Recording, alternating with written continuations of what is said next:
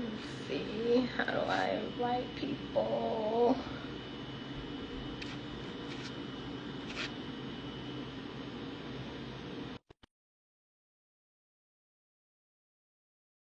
Let's do it.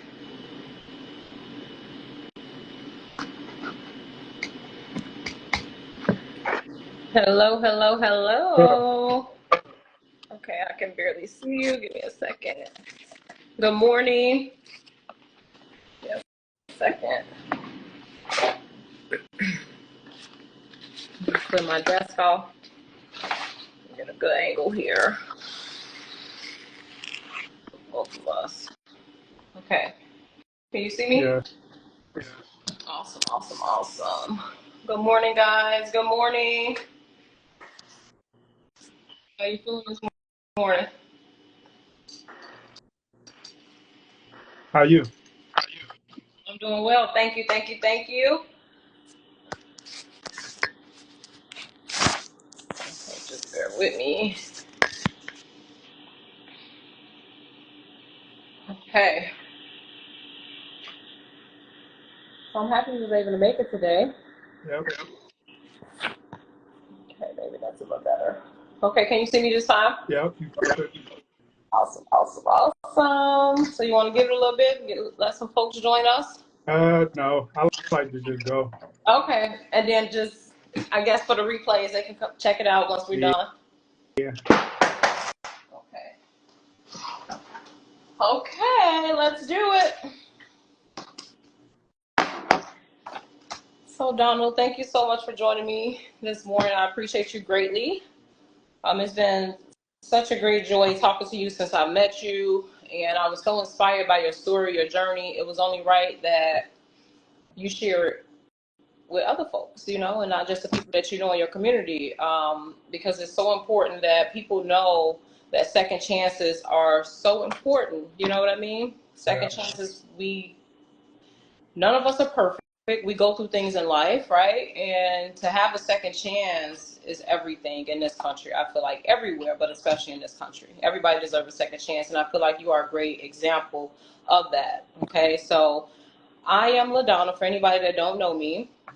My name is Ladonna Marie, and I'm originally from Chicago. However, I've spent the last 10 years of my life in the state of Iowa, where you're located. So that's another reason that I'm just so in tune and intrigued about your story, because you're right here. You're right in Iowa, like not far at all. How did I not know that you were out there doing this right before I left? So Iowa changed my life in so many ways, and I just think it's so dope to see a brother, that have very similarities to my upbringing, right? And my brothers thrive in the state of Iowa. And I cannot wait for you to talk about how you got in Iowa and how this whole journey started, right? Because a lot of people they ask me when they meet me when I'm in Iowa, what made you move to Iowa, right? And I'm like, it's a great place to live. You know what I Yeah. mean? It's a great place to get yourself together, and learn a whole lot, and you can always come back home like how I did to implement those changes and just be a better person or a better citizen to society. Mm-hmm. So again, I'm LaDonna Marie, and I'm a mom of a beautiful daughter by the name of Deja Taylor. And she's out there in Iowa with you, probably about an hour away, going to the University of Iowa, of course. Go Hawkeyes. And I am a girl again who grew up on the west side of Chicago, so in the inner city. And I experienced why I love your story so much is because I have friends, I have family who have been incarcerated. My brothers, for example, right? They've been going in and out of jail since I was a little bitty girl, like in the 90s. And I even seen an officer arrest my brother one time, even come to my home and tried to arrest my brothers. And of course, my mom wasn't going for any of that. But I experienced a lot of that type of stuff growing up, and a lot of people don't know that about me. And so a lot of people wonder, like, why are you so in tune with people that go to jail? And I'm like, because those are my people. That's like my brothers, my sisters. This is where I come from. So just because you accomplish some things in life don't mean that you turn your back on those who haven't got there yet, or those who have come across some mishaps. And so I'm never going to stop connecting with my people that's in jail, because of people like you, right? You did the crime, you did the time, and then you came out and you produced this book. Right? You produced this book, and I read this book, and it's called From Prisons to Properties, and you dropped so many gems, so much knowledge. And as I was reading through it, I'm like, oh my God, this is so true. I've been through these processes, and you even share even more. You even got into hard money lenders and things like that. I'm the girl that work with the local banks, but there's more. Not all local banks want to work with you, right? Especially if you high risk. As an insurance agent, I understand the risk that some communities carry or some people carry, right? And so there's more than just the bank option, you know? So, and I'll let you go into that, okay? But I have some questions here, but before we dive into that, I just want to let the people know who I was and why we're here, because I know they're probably used to me bringing mom life content with my daughter who just joined the live. Hey, Deja. And insurance content, right? Or just with my family, and I kind of pull it back on that and focus more on the stuff that bring more substance, like insurance knowledge, you know, bringing awareness to the community. And so with you being in housing, being a real estate investor, right, you can't have housing without protecting your asset or where you live. And so that's how this goes hand in hand here. So I'm going to bring it over to you and let you tell the people a little bit about yourself before we get into these questions, okay? All right. So my name is Donald, and I'm from a small town called Alton, Illinois. So Alton is down by East St. Louis. If you ever been there, you know it's not the ideal environment that you want to live in, but it's home. So I moved out of there, and I moved to Iowa, trying to just get my life together, just going to a better environment and things like that. So I ended up taking that environment with me when I came to Iowa. Like you said, Iowa is a good place, and I feel like it's what you make it. So if you come to Iowa and you want to change your life and do good and get you a job and settle down, have a family, this is the place for you. But if you want to come up here and bring the same drama that you left with you, like it's people that's on that same time as you is. So you can find whatever you want to whenever you come to Iowa. I brought that with me whenever I came, and I ended up going to prison because of it. So I ended up doing 8 years in federal prison because I brought that lifestyle with me. And uh, while in federal prison, I actually learned some stuff and had a life changing experience that just made me open my eyes to what's really going on and what's really important. And I ended up changing my life because of it. And when I got out, I was released into a city where I didn't know nobody. So I came to a city to start fresh and you know be something positive. So when I came here, I didn't know nobody, and I did what I planned to do. I started investing. So I got into real estate and been going ever since then, and found my passion of teaching it, educating other people about it. Absolutely. I love that. And you're absolutely right. Iowa is a perfect place to raise your family. And that's exactly why I stayed. That's not why, well, that was part of the reason why I went to complete my family, but things didn't go as planned. Mm-hmm. But because I realized how great the environment was, it was the perfect environment that I wanted for my daughter upbringing. So I decided to stay and get through it, get through what I was going through. And I'm so glad that I continued to stay and just didn't go run back home, because I could have easily ran back home after things didn't work out, but I decided to stay because of the benefit of raising my daughter, which is my family, Yeah. so I agree with that. And I'm glad you stayed too, because look at all the things that you've accomplished already in such short period of time. And that's why it's so important to people to see you and hear your story so they know, I don't care if you're 40 years old, 45 years old, it's never too late to get started. Mm-hmm. Okay. Now, luckily, you didn't wait until you were 40, but you took the knowledge that you gained over the years and you didn't hesitate to apply it. Yeah. And you're right. Iowa's a place for anybody that's looking at this or have family out there. They're not going to play. They want to keep their state safe. They want to keep their state Yeah. free of crime. And as somebody who have real estate in the state of Iowa, somebody who have a daughter in the state of Iowa, who have good friends and mentors in the state of Iowa, I want to keep that state safe as well. So if you're coming to the state of Iowa, doing whatever activities you're going to do that will cause you to go to jail. It's not if you're going to go to jail, it's when you're going to go to jail, because they're going to make sure that they continue to protect those students and their residents who pay their taxes there. So thank you for that. Okay. So, Donald, my first question, of course, is the inspiration, right? What inspired you to write this book, From Prison to Properties? And how did your personal experience shape the advice that you gave your readers? What inspired me to write it was because I had learned some stuff. So I learned some stuff, and I wanted to, teach it because when I was in prison, all right, my son, he came to visit me in the exact same prison that I visited my dad at. So me and my dad was in the same prison, and my son came to visit me there. So it was like a wake up call that if I don't learn something new, if I don't do something new, my son would be in this same exact prison. So I ended up learning about real estate. And the reason I wrote the book is because it was something that nobody ever taught me. Right. It was something nobody ever showed me. They didn't teach me about real estate. They didn't teach me about being an author. So I learned from the streets. I learned a product that was killing my community. So I ended up creating a product that will actually help my community. So that's why I wrote the book. It was in my nature. I was a hustler by nature. So I ended up creating a product, right? Selling the product. So it was just like something I was used to my whole life. But now I'm actually helping somebody with the product. I like that. So you mentioned earlier that you're from a small town outside of East St. Louis. Mm-hmm. Do you know the population of this small It's town? about 30,000, 40,000. Okay.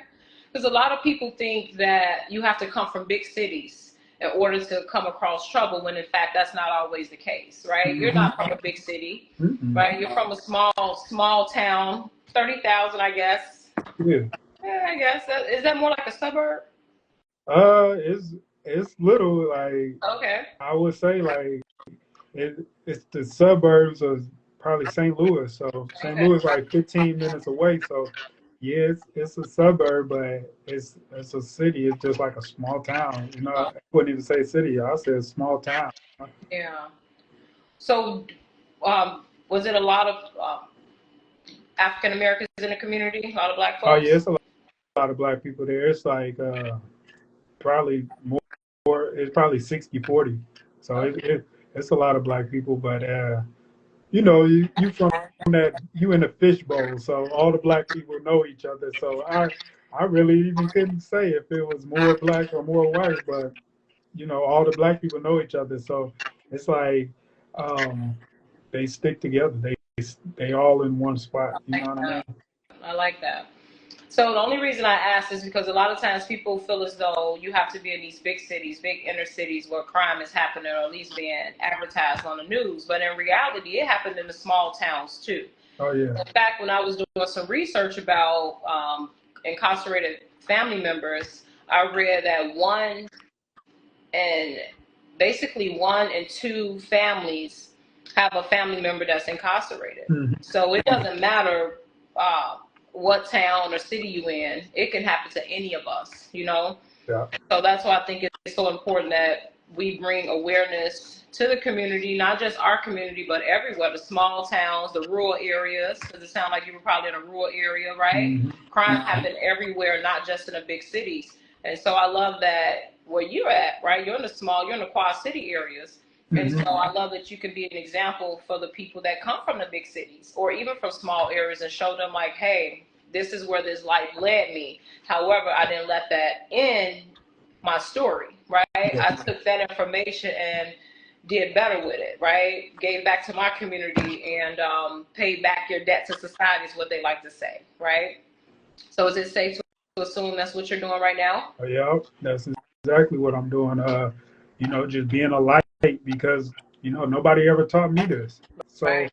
if you don't see it, you won't believe it. If you never was taught that you can own real estate, and the thing is, a lot of people teaching this stuff don't look like me. So if somebody don't look like you and they trying to tell you something, it will not resonate with you because it's like you not me. They can't see themselves in your shoes. Right. So by me looking like them, talking like them, dressing like them, it's like, oh, he one of us. So if he can do it, I can do it. So you gotta see it to believe it. Absolutely. And like you said, sometimes it got to come from the people that look like you. Yeah. Not all the time, but Yeah. unfortunately, that's how it is with a lot of people. You got to be relatable. Yeah. If they can't relate to you, they, like you said, they won't believe that they too can accomplish Mm-hmm. the same goal, if not better. Yeah. So I love that. You didn't leave out anything in this book. You didn't gatekeep at all. Like, you shared a lot. Yeah. I know you built a community online on Facebook. I see Mm-hmm. you sharing a lot on your Instagram and your Facebook. But in this book, even if they didn't follow you, if they purchased this book, I'm almost confident from what I've read in this book, you can literally go buy yourself your first home or your first Mm-hmm. investment after reading this book. So, and that's coming from somebody who's actually been through a lot of these processes myself. So job well done with this. Thank you. Yes. So speaking of properties, okay, let's talk about overcoming barriers from when you get out of jail, right? When you get out of jail, one of the most major impacts is housing, Mm-hmm. right? So with housing being one of the major barriers one faces when being released from prison, what are some steps that they can take to secure comfortable and stable housing? That's a good one. And housing is a big issue, man, because some people don't want to rent the Yeah. felons. And then you might not have a job. So it's a whole lot of things that's obstacles that's gonna be in your way. The thing I tell people is just to stay focused, like get your job, stack your money. A lot of people want to get out and run to that girl or try to run back to what they knew. No, you gotta change, you gotta change, you got to, or you're gonna be right back in the same position. So some of the obstacles, what I did was I talked to my landlord. I was in the halfway house. Whenever you get out the halfway house, you have to have a place to go. So I found a landlord that was felon friendly, and then he gave me a property. I mean, a apartment. So he was the only person I knew. So I simply asked him if he had a building that he wanted to sell, and he ended up selling me a duplex. Now I feel like that was around COVID, and he was probably in a bad position or something where he needed to sell the building. I don't know, but it was just like fate put me in that position, and uh, I got lucky. So everybody won't get lucky like that. But if you have a plan before you get out, then if you execute on that plan, then obviously it'll go like smoother. So the obstacles you're gonna face is not being able to find a spot. So in that case, you'll have to live with somebody you know. Another obstacle is getting that job. So you'll have to uh, take a job that you don't want. A lot of people don't want to flip burgers or something like that, but you're gonna have to overcome those obstacles. So you're gonna have to live with somebody you don't want to live with, get a job you don't want to have, but it's all for the bigger picture. So you gotta go through the dust to get clean. You know what I mean? So um, just sticking with it, just sticking with that goal, having that end goal in mind whenever you overcoming these obstacles. So what are some things that people that can do that's already incarcerated? Because you said you have to have a plan. Like you said, not many people get lucky and meet a landlord that's willing to sell one of their properties to them. That's not the case for a lot of people. We know that, right? Yeah. So what are the things that they can do? You being somebody that's been in prison, what are some things that they can do before they come home to try to help? Like, they can't stop being discriminated against their background, right? Because their background is their background. Yeah. And but what are some other things that they can put in place to try to help them out? The biggest thing that they can do is education. Just educate yourself because if you don't know, you just don't know, right? So that's going to be the biggest thing you can do is just educate yourself. If I didn't know the things I knew, I would have never asked him if he wanted to sell a building, right? I would have had I had like 10,000 when I got out, so I wasn't, all the way in a bad position. But if I would have got out, had that 10,000 and no plan, what would I have to deal with it? You know what I mean? It would have probably been gone because I'd have, went back to what I was doing or living a lifestyle that I couldn't really afford or whatever. So education is what they can do right now while they're in there, and then implement it when they get out. So you got to learn something new to become something new. So I like that. yeah, that's the biggest thing you can do is just educate yourself right now. So whenever you get out, that opportunity gonna present itself to you. Be Right. So prepared. basically, evolve or repeat. Right. You're gonna Hmm. either evolve or repeat the Yeah. cycle. So you mentioned education. Okay. Well, before we get into education, let's go back to the $10,000, right? Because you're in jail, right? How are you getting the $10,000? Is it when you got to the work release program and you saved your checks, Hmm. and instead of going to go buy a car or go buy more work, you went and bought property? Is that what you're trying to say, or? Nah. So Okay. I did 8 years. Remember, so all that time I was working. So the prison system is still slavery, whether you know it or not. So that's number one. They gonna put you to work while you up in there. So I worked for a place called Unicore. A lot of people don't know it, but Unicore is just think about where the inmates get the clothes at. Another inmate make those clothes and sell them to another prison. Where do if we go to war, where do the Humvees and the tanks get their electrical and cable cords from? These is where do the FBI get new chairs from? So it's people in prison that handle all of that stuff. For instance, I was an accountant in prison, so I worked as account payable. Okay. That's the department I worked in. So I would pay the invoices for the prison's light bill in Arizona, or I would pay for 100 bulletproof vests, to get sent to Iraq, whatever it may be. So the inmates is handling like the little stuff, right? So I was an account payable, so I made like $200 every month, Okay. and every month I would just save my money, and then on the side, remember I was a hustler by nature.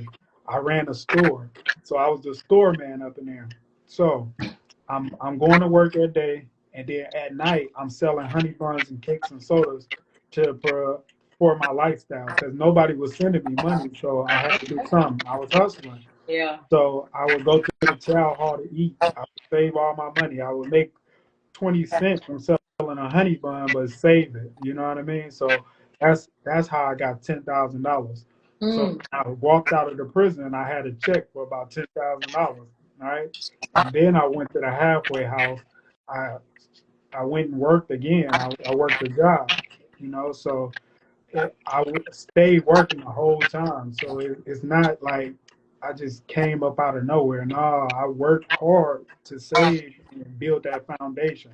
So you got to start building that foundation. Whenever I say, Mindset. yeah, that education is important, but you got to start implementing it right now. Even though you're only making $5 a month in prison, maybe buy a book every month for $5. Just do something that's gonna build you up. I like that. There's people out here that work jobs making $30, $40 an hour that almost impossible to save $10,000 over 8 years, Yeah, but it can be done. It can definitely be done, and I feel like you're proof yeah. of that. I mean, you making $100 a month. That sounds like back in the day when my parents was Yeah, younger, right? yeah. And you save that money, so you didn't have people sending you money to jail for Mm. commissary. You literally was in there hustling. You worked a job in there, and you also had a side hustle inside. Hmm. I like that. Yeah. So you came home to $10,000, and you used that $10,000 not to go buy a car, but you went and found you a place to live and bought your real estate property and Hmm. investment property. Yeah. I like that. I like that. So before we go on to the education part, let's finish up the housing. Okay, because not everybody is going to be fortunate enough to save 10,000 or disciplined enough to save 10,000, right? And so I think what you said earlier about how you have to be willing to live with somebody, or if you can't find housing, maybe even do a shelter. I don't even know if that's an option. Is going to a shelter an option? They have certain ones you can go to. You can't just go to a homeless shelter, but you can go to like it's called a 3-quarter house, or a sober living house or something like that. Mm-hmm. So those are options that one can go to if they're trying to save some money, because rent is really expensive right now. So it could probably be almost impossible to keep up with inflation, pay your bills, pay your rent, and try to save money to get that first 10,000 to put down. Yeah. So like you said, other ways you might want to house hack, right? Live with somebody or go to a shelter. Mm-hmm. But one of the things as an insurance agent, because it's all about a risk, right? And so I like to tell people, when you're going shopping for an apartment, it's so important for you to have renter's insurance, even if that apartment complex don't require it, because it shows that you are a responsible renter. You take pride in where you live and you care about having a roof over your head. So I think that's something that people should take away from that as well. When you're getting out of Mm-hmm. prison, even if you're living on your friend's couch, invest in a renter's insurance policy. It don't cost much. It probably costs about $15-$20 a month. Make sure you get one of those, so that way when you are apartment hunting, you can let them know you do have it, even though it's not required. Okay, because that can kind of help ease, the pain a little bit when you go into these landlords. Yeah. To be honest, it is very challenging. I experienced in Iowa, a friend from Chicago got custody of his daughter, trying to take her from that environment to bring her to a more safe environment while she's in high school, Yeah. right? Which understandable. I knew him to be a responsible renter, but he needed a 3-bedroom when he got his daughter. So he and his girlfriend worked at a government job, right? Fairly decent credit. They were pretty much having the hardest time trying to get a new place because of his background. And so I seen how he was suffering from it. So it was just so sad to see, like, man, I know he's a good dude, but you try telling that to somebody, right? Like somebody that don't know you, they don't want to take the risk. And so that's how I got into business, to be honest. Okay. I seen that he was suffering trying to get a place, and I ended up helping him get a place. And things didn't end like how one would expect it to end, but I would say if I was to grade him, like rate him out of a 10, I would say he was at least an 8 out of a 10. So I would actually rent again to someone that came out of prison, you know? So, but not everyone is willing to do that. So it's so important that you try to position yourself. You have to be creative to try to show that you are worthy of the place that you're trying to rent. Because your past is your past. We all have a past. Yeah. Some go to jail, some don't. But as we've seen in that study, 1 in 2 families have somebody that's been incarcerated. So just try to position yourself to do the best that you can to get in there, and don't stop, because you'll meet a landlord that's willing to take the risk, especially with times like this. Okay, because just because you've been to jail don't mean that you're not a hard worker and that you don't take housing seriously. So thank you for that. Now let's talk about education. Okay, so the knowledge. How did you get started? What books did you read? We kind of know how you got started, but what books did you read? What webinars and trainings did you attend? Okay. So one of the books so basically you first got to change your mindset, right? So Think and Grow Rich was a big one for me that changed my mindset, how I thought. And then the next one was Rich Dad Poor Dad. So then that educated me on the investing side, mostly through real estate. So those are 2 books that I always recommend people to read. But those is what changed my life. So I got the mindset of I can achieve anything I want to, and then I got the mindset of investing. So that was how I made the goal to save $10,000. The goal was $10,000, and when I reached it, like it was like I save it. Now it's time to go home. You know what I mean? So then I got home, and the goal was to get into real estate. So then I got into real estate, and you know, so those are the 2 books I always recommend.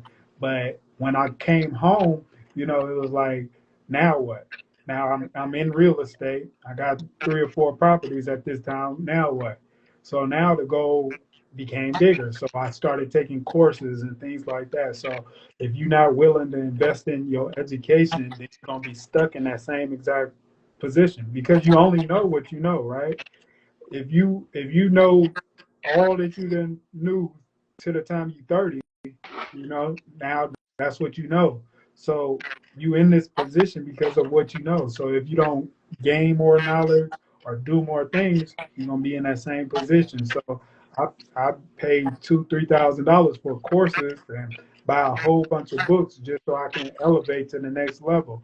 And now I 15 properties, and wrote a book and more things like that. So now it's to the next level. Now what's next? So that's what's up. Yeah, that's awesome, man. You got 15 properties. That's Yep. crazy. In the best way. Like I don't even know you and I'm proud as fuck of you. Excuse my language, but I'm just so proud of you. I don't know you. I'm so proud of you because I have brothers that have been in and out of jail. I lost a brother 30 days out of jail. You know what I mean? My baby brother. And I still cry and hurt.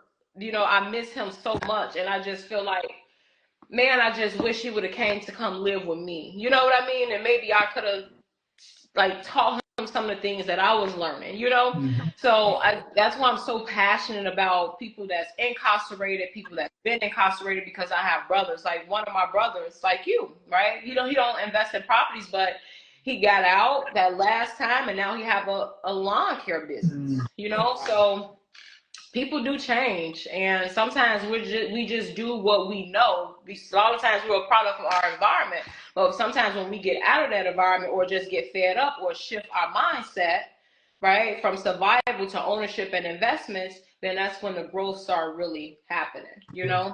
So thank you so much for that. But before we go, can you name one or two seminars or trainings that you attended so that way others that's listening could possibly attend those that they're having in the future? Well, one of the ones that really changed my mindset was a guy named Myron Golden. So Myron Golden, he is a biblical uh, teacher. So he teach out of the Bible, but he teaching the business principles that's in the Bible. Okay. So it's nice how he do it. He put it all together real smooth. So I paid like $400 for his course. So that was one of the ones that helped me write my book. You know what I mean? It's called the Make More Offers Challenge. And basically, he just challenged you to make more offers. An offer is something that you offering people. Is you offering a book? Is you offering an online course? Like, how do you get people to come into your offer? You know what I mean? So you got to create content 3 times a day. You got to create a product that people actually want, right? So that's one of the courses that I took that actually changed my life. And then, I took one. It's called Speaker Academy, how to speak, how to get paid to do public speaking, how to find these people that hire people to do public speaking. I took that. Um, and then there's countless books that I read, like um, all education. I'm not reading no fantasy, sci-fi, nothing like that. I'm reading books that actually educate you. So Yeah. it's, Like this, yeah, guys. yeah. From person to properties. It's just giving you basic education. You know what I mean? Things that you don't know. So you got to put that into your brain. So those are some of the courses I took. Those are some of the books I read. And after you read them and take the courses, you got to implement it, even if it's hard, because it's something you never did. You never posted 3 times a day about your business, telling people to actually buy your stuff.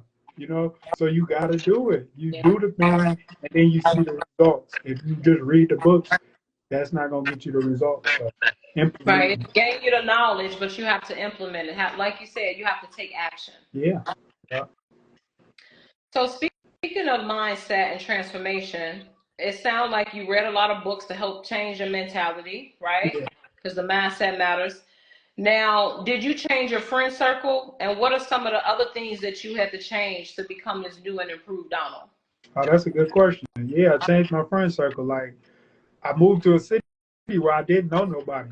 So yeah, I changed my circle, and then the people that I do know is not people that I would have been associated with back then. So I came to a city. I don't know nobody that sells drugs in this city. So even if I wanted some, I wouldn't be able to get them, you know? So my whole mindset didn't change, you know? So you got to change who you hang around. You got to change like everything. You got to change everything about you, how you speak, how you dress, everything, Mm. you know? So yeah, man, that friend circle is very important because those are the people that's rubbing off on you. So if you only hang around, so this is what I tell people. When I was in the state prison, I was around people that stuck up liquor stores, people that did petty drug dealing and hustling, right? So then, whenever you go to feds, you're around white collar criminals that have stole millions of dollars. You're around bankers and lawyers and doctors and things like that. So those are the people that you rubbing elbows with, right? So just think about the conversations that go on in the state prison. They probably didn't graduate high school and they only know sticking up liquor stores, right? But then you go to a fair where this guy did 8 years in college. He a doctor, and think of the conversation that he having with you. Y'all not talking about uh, love and hip hop. That just he don't even know what that is, right? They talk about love and hip hop in the prisons. Yeah, like they sit in front of that TV all day. Okay. Like, yeah, all of that. So if you sitting there, I got away from the TV. I didn't watch none of that stuff. You know what I mean? Like, I walk past and I see that it's on and stuff like that, but I'm not sitting down watching that. That's an hour of your life that you're not gonna get back about and learning about something that really don't matter. Yeah, absolutely. So Amen to that. yeah. It's so hard sometimes to break away from the people that you love and so used to being around. Hmm. But you're absolutely right. I think almost everybody that I've ever listened to on a podcast or read a book or even just when I talk to successful people, you got to hang around successful people, Hmm. people that's doing things that you're trying to achieve, because a lot of times it can pull you back into a place you don't want to go, or your comfortable spot, right? A lot of times we're comfortable in those places, and sometimes being comfortable can definitely seize the growth, Yeah, it definitely will. definitely. Now, I know I got to wrap this up because I have somewhere to be here in a little bit. But I do want to cover a couple things before we go. Let's talk about failure and losses because that's important, especially the past things that I've been experiencing these last 6 to 7 months. We all know that failure doesn't exist on social media, Mhm. right? But Yeah. in reality, we know, especially those that are in this business, we know that failure is happening, losses are happening, especially with what's going on right now. And I feel like it's only going to get worse. What are some losses that you've learned from your failures in this line of work that you're in? It's a I lose every day. You take losses, but it's not losses, it's lessons. So you just don't do that no more. You know what I mean? With real estate, like last week, pipe busted. You know what I mean? It was it's probably like 50,000 worth of damage. The insurance company gonna pay for that, but now it's just things that you learn, and then tenants. You get tenants that don't pay you or always paying you late and then complaining about something that's wrong. You know what I mean? So those is the type of things that you're going to face. And it's just learning experiences. If you learn the patterns of what goes on, then it won't stress you out. So yeah, you're gonna take losses as far as money wise, but you just learning what not to do next time. Um, yeah, I didn't took a lot of them, but it helped grow you. You fail forward. You take failures and you move forward. Right.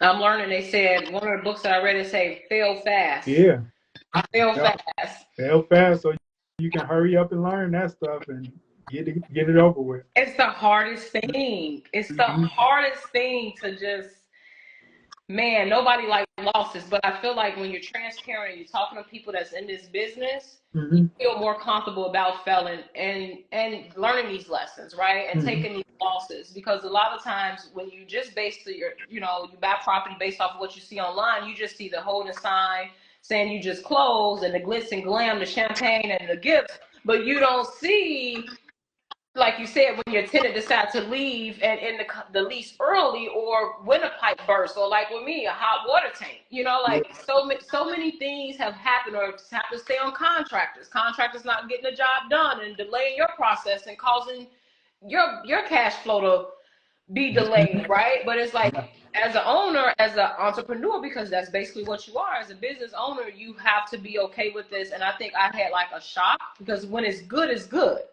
But when it's bad, baby, it's bad, it's stressful, and I wasn't prepared. So a lot of times when you're prepared for this, right, for these type of emergencies or situations, it's a little better. So that's why it's so important. I've learned my lesson is to, when you get that rent money, you make sure you don't spend a dollar of it if you Oh yeah. can, because Yep. it's not if something is going to go wrong, it's when something go wrong, and yes, it's always great to have insurance for when you have losses that's $50,000, right? You pay the deductible, then you have to pay, then your rates go up or your risk getting dropped, but at least you had insurance, the proper policy, proper coverage set in place to make sure that that loss was covered. So that way it's not too stressful on you, because you don't seem stressed at all. You're like, yeah, the pipe burst. It come with it. Like it's like I said, it's lessons. I Yeah. won't do that no more. So Right? yeah, it's lessons. Sometimes that's what it takes. Mm-hmm. Hey, was the reason I'm not worried about it is because I know that, like you said, it's gonna happen. Just don't give up. Like if you give up, then you just quit. You know what I mean? But I don't plan on quitting. I plan on keep on going. So you pivot. You just learn something else, or make some money some other way, and then cover it. Right. So you definitely have a true hustling mentality, Yeah. okay? Yeah. And I like that. I feel like in this business you have to, because taxes are going up, insurance is going up, everything is literally going up. Repairs are going up. You have to have more than one way if you're trying to stay in this business or just survive, period. Mm-hmm. So thank you for sharing that, because you're right. You just have to accept the fact that things are going to happen, and you just have to deal with it and just keep going. Mm-hmm. And not everybody do that in the beginning. So I admire you for that, because when my situation started happening, I was like literally freaking out. Like I couldn't believe I was handling it pretty well in the beginning, but then after month 5 and 6, I'm like, what is going on? Yeah. Yeah. But I'm still here and I'm making it. And so now I can laugh about it. At first I was crying, pulling my hair out, it was, oh my God, it was so ugly. But now I'm like, whoo, hired a property management company to help me out. And sometimes you have to hire people to get the job done, especially if you're not in the same state. Mm-hmm. You have 15 properties. You work a job as well. How are you keeping it all together? Managing all properties. I mean, just delegating. Like you said, you hire a property manager. I manage them, but if something happened, I'm calling somebody. I'm not doing it most of the time. So you just it's hard. It's hard. Don't get it twisted. This is hard. I'm stressed. I got a lot of gray hairs up here, so don't get it twisted. But like, this is my business. Like, this is how I'm about to eat. So you don't complain about it. You just make it happen. Yeah, definitely. And you got to think long term when you're dealing with real estate. You got to think long term.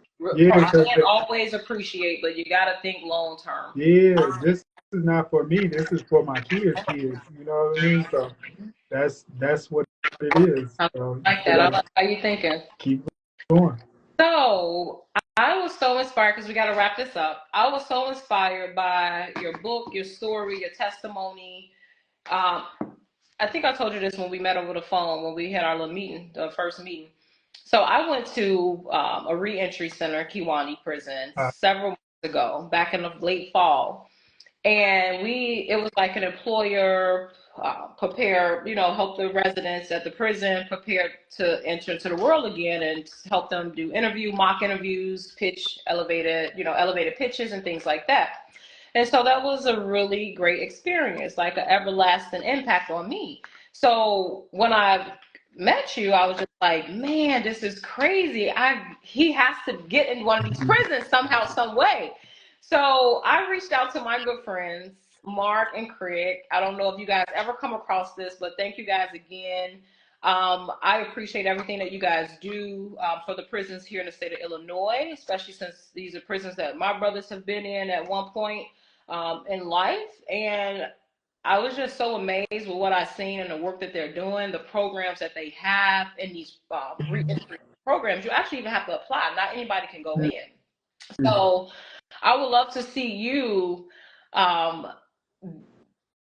present your book to the residents in Kewanee and other prisons in Illinois. So what I've done is reach out to my good friends over at Kewanee, and they are going to reach out to you sometime this week and get you connected with some folks, so that way that you can share your story with others, and also put this book in other faces, so that way they can be reading this while they're incarcerated, so they can have a plan or start thinking about a plan for when they come home, because at the end of the day, housing is going to be a barrier, right? And we got to make sure that we do everything that we can, especially those who have lived this life, experienced this life, know what this life is about, to help our brothers and sisters, no matter what race you are.